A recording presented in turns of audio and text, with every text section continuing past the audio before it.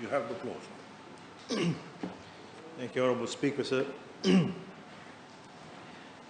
Mr. Speaker, sir, Honourable Prime Minister, Honourable Ministers, Honourable Members of Parliament, and fellow Fijians, I thank you for giving me this opportunity to take the floor to make this ministerial statement, sir. Mr. Speaker, sir, I'd like to start by saying to all of us, we should realize how incredibly blessed we are as a nation and as Fijians. We're blessed, Honourable Speaker, sir, because there are thousands, if not millions, of people who are still confined to their homes around the world. People who still don't have the luxury to carry out everyday activities like go to a bar after work or even go to the movies with their families. Mr. Speaker, sir, I'm not sure, but I may be the first Member of Parliament to actually experience the Fijian quarantine facilities and process. And I can tell you, Honourable Speaker, sir, that it was seamless, and from the time I actually departed Nandi International Airport to when I was transferred to quarantine in one of our government-designated facilities. Not only, Honourable Speaker, sir, did these frontliners show diligence, detail and professionalism, it was done in the true Buller spirit, Mr. Speaker, sir. And I stand in this august House sincerely thanking those unsung heroes, and not only for the level of care that they actually showed to me, but the countless number of Fijians and visitors alike, Honourable Speaker, sir. Mr. Speaker, sir, since Fiji's borders closed in March 2020, our focus was on stopping any possible importation and community transmission of the COVID-19 infection, while ensuring that we actually safely bring Fijians back home and resuming safe economic activity. Mr. Speaker, sir, this is not an easy job, but we're doing it anyway, and we're doing it successfully, Mr. Speaker, sir. Mr. Speaker, sir, this is why reckless requests to ask that the curfew be lifted have no place in the current COVID pandemic environment, Mr. Speaker, sir. That particular curfew has been put in place and careful thought has been given to it, Mr. Speaker. We must remember that at the forefront of our minds is the protection of every single citizen in this country. And we are not out of the woods, sir. So these requests that come for curfews to be lifted, you should realize what you're asking for. It is as reckless as you can be at the moment, Mr. Speaker, sir. Mr. Speaker, sir, we have been guided by the Fijian COVID-safe economic recovery framework. It is under this framework, Mr. Speaker, sir, that businesses actually started to open, children returned to schools, domestic and international travel started somewhat, and families were reunited. Mr. Speaker, sir, the Cabinet-mandated COVID-19 Risk Mitigation Task Force, known as the CRMT, has been engaging stakeholders from across all the sectors with the help our economic recovery. And under their management, we've implemented, managed, and mitigated risks under each of the three phases of the framework. To date, Honourable Speaker, sir, the CRMT has allowed safe entry of close to 100 pleasure craft under the Blue Lane Initiative, of which 8 were super yachts. That's 400 passengers and crew arriving and currently exploring our shores, Mr. Speaker, sir. With the positive socio-economic impact of the Blue Lane on Denarau, we've also been exploring the potential of Savusavu as a port of entry, so the benefits that come with it are actually shared. To boost economic activity, Mr. Speaker, sir, investments and business confidence, we've approved 74 applications, which is the 400 high net worth and technical persons under the significant economic value heading.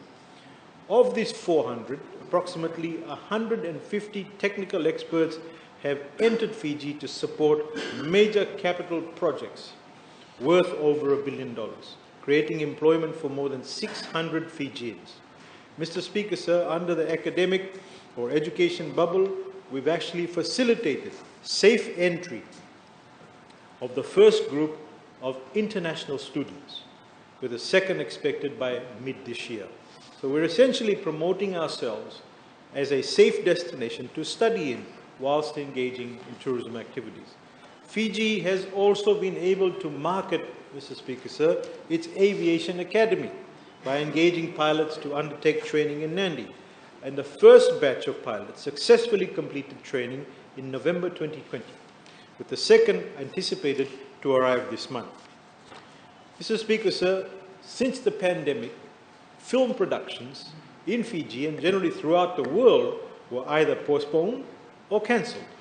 In a concerted effort to support our film industry, we've approved a number of productions of film in Fiji, which is expected to generate about $30 million in economic activity.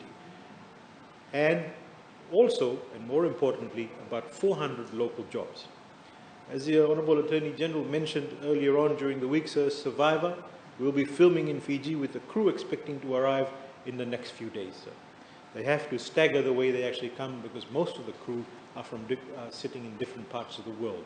But all done under the guidance of the Ministry of Health. So we follow the necessary protocols to protect our own citizens. Mr. Speaker, sir, we've also embarked on the luxury vacation in paradise, where tourists can safely enter and holiday in Fiji, with the quarantine period being part of the holiday experience. Domestically, Mr. Speaker, sir, we have been able to open up restaurants, we open up hotels, open up pubs and bars. In fact, we've had new businesses open up over the past few months. 17 local businesses that previously operated as nightclubs have remodeled and actually opened as taverns, and re-employing about 172 Fijians, Mr. Speaker, sir. Mr. Speaker, sir, these travel pathways and bubbles were facilitated strictly in compliance with our standard international arrivals protocols, subject to strict entry conditions, COVID-19 pre-departure testing, 14-day quarantine on arrival in government-designated quarantine facilities, and border quarantine exit testing. Mr. Speaker, sir, creating a globally consistent approach to balancing risk mitigation with economic recovery while prioritizing health and safety is not easy, Mr. Speaker, sir. But we have done a phenomenal job. Mr. Speaker, sir, I want to actually stress how much work has been put in by the CRMT, the RFMF, the Ministry of Health and Medical Services, and the private sector, Mr. Speaker, sir. It is not easy facilitating and managing safe entry of all these individuals, and it requires a great deal of detailed and logistical planning. This is why I say, and I said in the beginning, reckless requests don't do us any good. Mr. Speaker, sir, as we've all heard this week, our Care Fiji commitment and travel ready programs have both recently received global recognition. We've prepared our industry well, and rightfully so, because the world is watching, Mr. Speaker, sir. We should all, every single one of us in this room, every Fijian watching, be proud of what we have actually accomplished, and not just take it for granted. We are extremely lucky, and we are extremely lucky population around the world. Of course, we can never be too prepared, Honourable Speaker, sir. To date, Tourism Fiji has 187 nominated wellness ambassadors, with about 162 of the ambassadors successfully completing the training program. Mr. Speaker, sir, with a significant demand for work from home, a new segment of tourism has actually been realized. Remote workers. Fiji's unique positioning as a COVID-contained tropical destination has given us the opportunity to explore this market. Mr. Speaker, sir, regionally, we are in initial discussions with our Pacific neighbours such as Nauru and New Caledonia on establishing quarantine-free travel. Technical working groups will be established to develop operational matters and health system preparedness. Mr. Speaker, sir, we have not forgotten the Bula bubble, in case the other side of the house is actually wondering. Fiji is in high-level discussions with our Australian and New Zealand counterparts to actually see if we can facilitate quarantine-free travel. Again, this cannot happen overnight, and there are a whole host of things to consider, and we will continue to lobby for travel with our largest markets. Mr. Speaker, sir, going forward, we will continue to work with the industry through the Tourism Recovery Team to address operational challenges and border reopening strategies.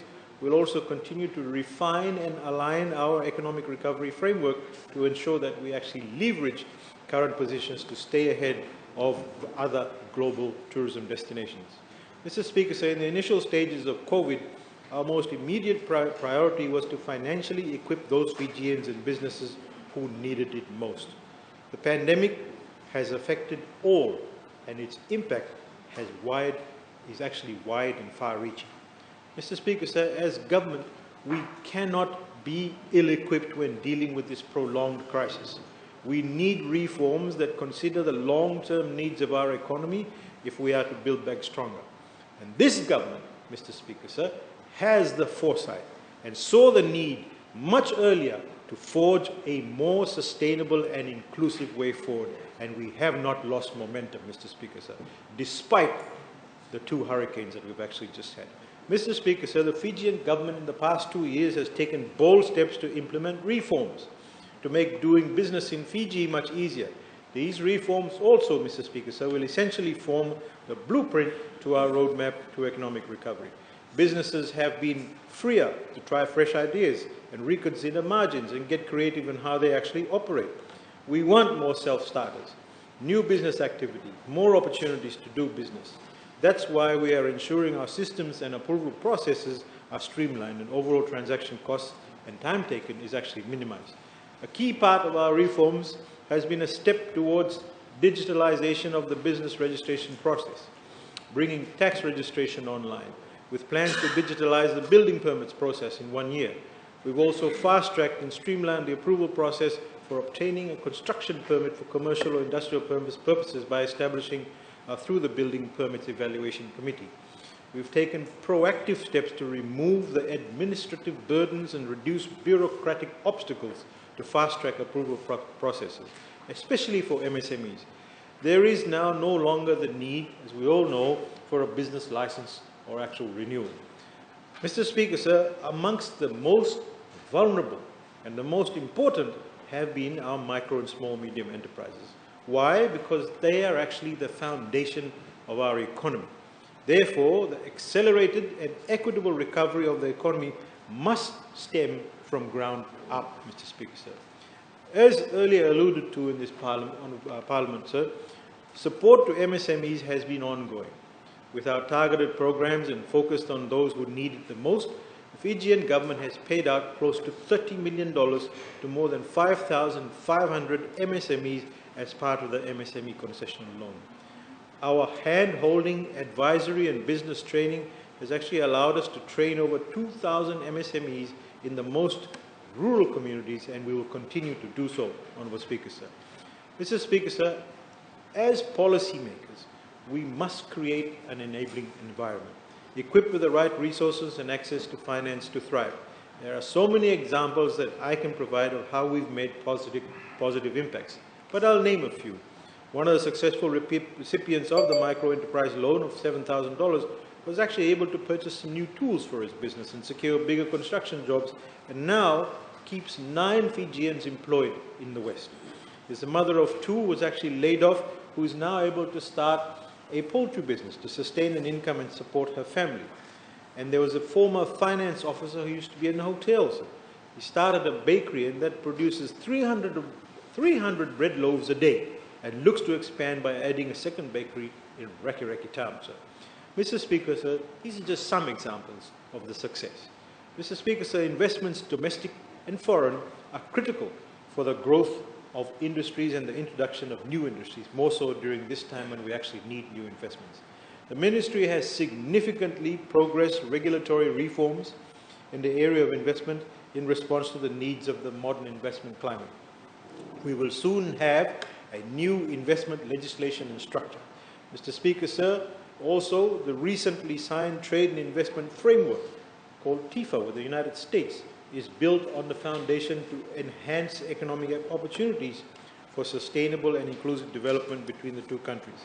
TIFA will provide a strategic framework and principles for dialogue on trade and investment with an objective to increase economic opportunities between Fiji and the US. It will be an avenue to strengthen cooperation, facilitate market access for goods, and catalyze business-to-business linkages and strengthen capacities in the areas of trade and investment. Mr. Speaker, so the pandemic, coupled with far too frequent natural disasters, is a human crisis and it's actually costing lives. This means any development agreement, investment, no matter how big or small, needs to carry with it the principles of sustainability. Fiji, along with Switzerland, New Zealand, Norway, Costa Rica, and Iceland, have launched negotiations on an agreement on climate change, trade, and sustainability. What this means, Mr. Speaker, sir, is we are driving a transformative approach that mutually enforces trade, climate, and environmental policy with sustainability at its core. Mr. Speaker, sir, addressing climate change is and will continue to be Fiji's utmost priority. Fijians have been known as resilient people, but it hasn't always been by choice. Today, it's a matter of survival for us. The hurt that has been caused by tropical cyclones Yasser and Ana has no dollar value and can never truly be measured, sir. When there is a declaration of a state of emergency for cyclone, government shipping services plays a vital role in transportation of officials in business sectors and health experts, utility officers for relief distribution and rehabilitation works. The GSS, Honourable Speaker, sir, has since its existence been deployed to supply essential relief items and supplies to the outer islands impacted by these storms. We haven't only been connecting islands, but also Fijians would rely on maritime connectivity. Mr. Speaker, sir, the GSS and also private vessel operators have been instrumental in providing relief in emergency items in the aftermath of the tropical cyclones. If we look at tropical cyclones Harold, Yasa, Ana, more than 40,000 people were assisted. More than 30 tons of aid distributed, including food and non-food rations, tarpaulins, tents, hygiene and emergency response kits. Additionally, Mr. Speaker, sir, the GSS has carted more than 2 million litres of water to the maritime islands during the dry and drought season. Mr. Speaker, so the Fijian government has and always will continue to ensure that every Fijian has reasonable access to transportation. The GSS, the Government Shipping Franchise Scheme, provides services to about 10 uneconomical routes, which I've actually mentioned earlier on last year, sir, which is the only means to access goods and services to thousands of Fijians in the maritime region. Government, Mr. Speaker, sir, has invested $2.6 million towards this scheme this year. And through the efforts and commitment of the Fijian government, we've been able to increase the budget for the scheme and increase the number of routes to be serviced. And this is an indication of the importance of our maritime islands to this government. Mr. Speaker, sir, in prioritizing safe passage of vessels post-cyclone, we also work closely with MSAF to ensure our aids to navigation like lighthouses and beacons are in good working order for seafarers. Planned maintenance for Zakao, Momo, Wakaya Reef, Levuka, Leading Lights, North Overlau and Coral Island are actually underway. And we've actually also attended to the lighthouses in Lamy, Momi, Levuka, Navula Passage, North and South Thurston, Lamy Lowerhead and Vio Red Lighthouse. Mr. Speaker, sir, Fiji and the rest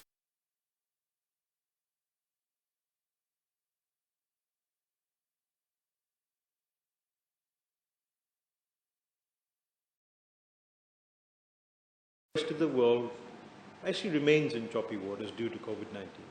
But we must bring livelihoods for all Fijians. I thank you, Honourable Speaker, sir.